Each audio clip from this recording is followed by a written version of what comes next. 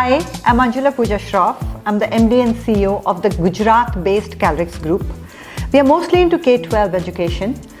We have a foster home under our care where we have underprivileged children, take care of the needs of education and stay and accommodation and make them productive members of society. We also run a school for special needs and dyslexia. We have been running an organization for destitute women and making them livelihood friendly. We've just recently launched a digital platform for learning called eCal Academy, which is the need of the hour. We are steeped in education. We believe that education is the fundamental tool for societal change, and it's my privilege that I'm part of the education system of India, which is one of the largest systems in the entire world and doing so much good work for raising the standards of the country, not only educationally but also economically.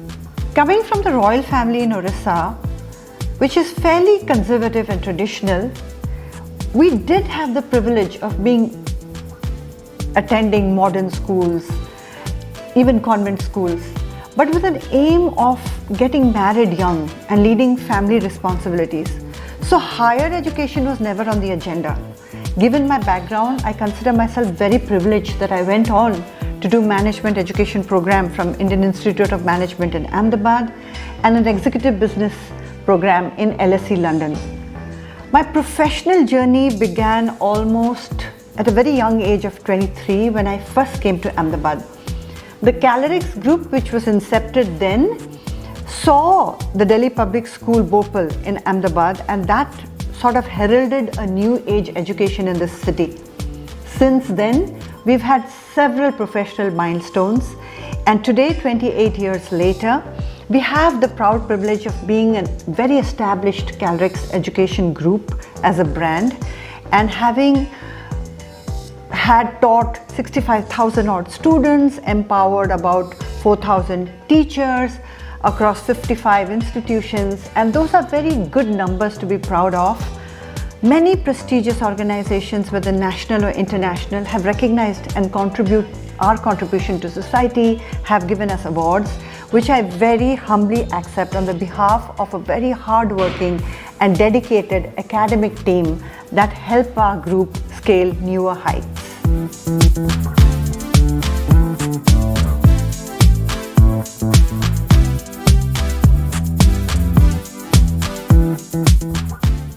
When I entered the education sector, I was very young and very naive. I also was an outsider to Gujarat. I was fairly apprehensive of starting out alone. Surprisingly, the only thing that I carried with myself was the conviction and the vision with some degree of clarity. It did not help that I used to dress rather casually and had youthful looks. Very soon that became a hindrance, and I felt like I was not being taken seriously, which is where I sort of did a makeover and started to wear saris and started to wear spectacles which had no power, just to appear like I was professional and serious. Thankfully, soon my untiring and my deep passion for the field started to show results. And coming from Delhi, being a woman was not easy to get acceptance, but once we started to show some results, the early days where the parents, the society, even the government machinery helped in, creating a good school, that became a big milestone for us, became a big stepping stone for us. And 2 decades later, there is absolutely no looking back.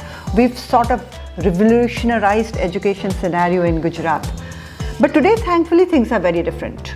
There are a lot more women as professionals, there are a lot more women in business, there are a lot more women in industry, there are a lot more women in entrepreneurship, and fairly working in partnership and shoulder to shoulder with men. And why not? Because women bring in, this emotional maturity, this very balanced way of thinking, multitasking, and so they're bringing a lot of goodness to industry, if I may.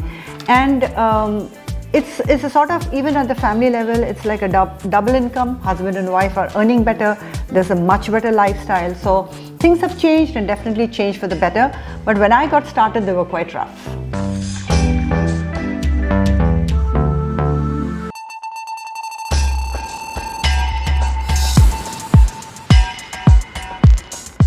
The other day I was having a chat with some NGO groups and we were talking about equality or creating an equitable world for girls and boys in education. And there are a couple of things that really stand out.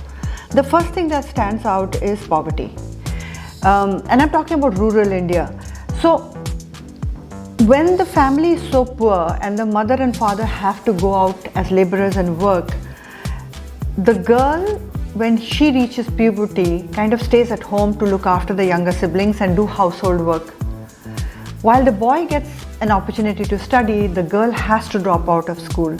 The second problem is access. Schools are so far that girls have to walk and go large, long miles, and that can be a security hazard. Their safety is at stake.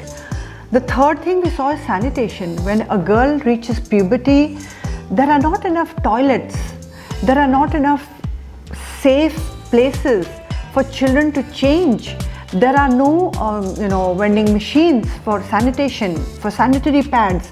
These are all big barriers for children to start learning. So till about 8th grade we see a lot of girls in school, but after that, senior school, we see a lot of girls dropping out. Now, if girls drop out of school, obviously they can't have economically equal opportunities as men, they won't have jobs. Besides, we will not have an equitable society because, like we say, if you educate a man, you educate an individual, but when you educate a woman, you educate a whole family and a society. So educating women is the starting point. It's a starting point for a healthy home, healthy society, healthy world.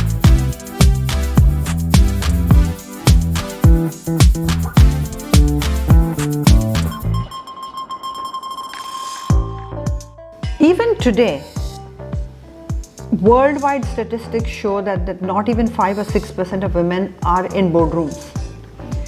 Couple of things can be the fact that, for generations, women have been second citizens to men. It's still a very man's world, especially the industrialization or the working space, the professional space is very much a man's world. So a lot of it comes from the fact that even the few women that get educated sometimes take a break because of children, sometimes move with their husband. If the husband is in a transferable job, the wife is moving from place to place and her career definitely takes a backseat. So there are so many reasons why women are not able to consistently climb up the ladder and become as capable in leadership positions as the male counterparts.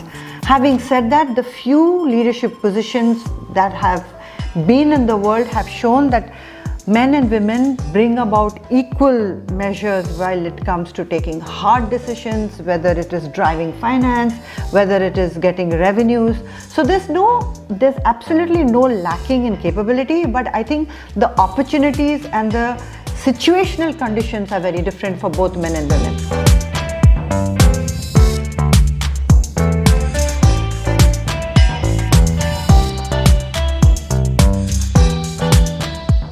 Thankfully, I belong to a sector which is anyway skewed towards women. Education sector has more women than men. But I do recognize the fact that there has to be more equity. And one of the things that I plan to do and have begun to do is to create awareness, because there are a lot of government schemes like Beti Bachao, Beti Padhao, Mukhyamantri schemes. There are schemes where the government opens a bank account for girl children.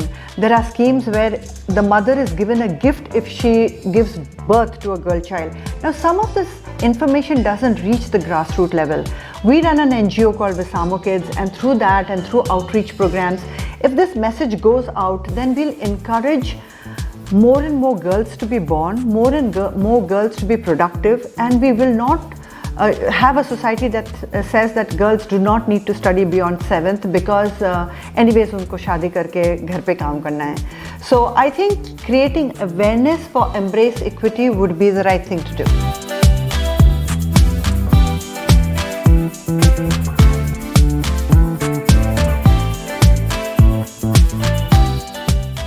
Women make great entrepreneurs because a woman has the ability to have strong conviction, and somehow because women have been secondary to men, I think women's survival instinct or fear for failure is slightly less than men.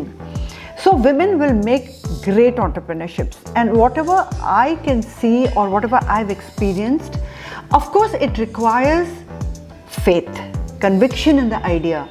Because when you're an entrepreneur, you're standing alone, your idea is yours, and you have to convince the entire world why your idea will succeed. So take the plunge first. The ride will not be easy, but it will be worth it. And make sure that you have enough mentors, because there are people out there who've done it already. Ask them what works, what doesn't work. Take advice, read up. Today the world is so rich in knowledge that knowledge can come from anywhere and freely. So read up, be prepared, get mentors, learn from your mistakes, do course correction, and you will succeed.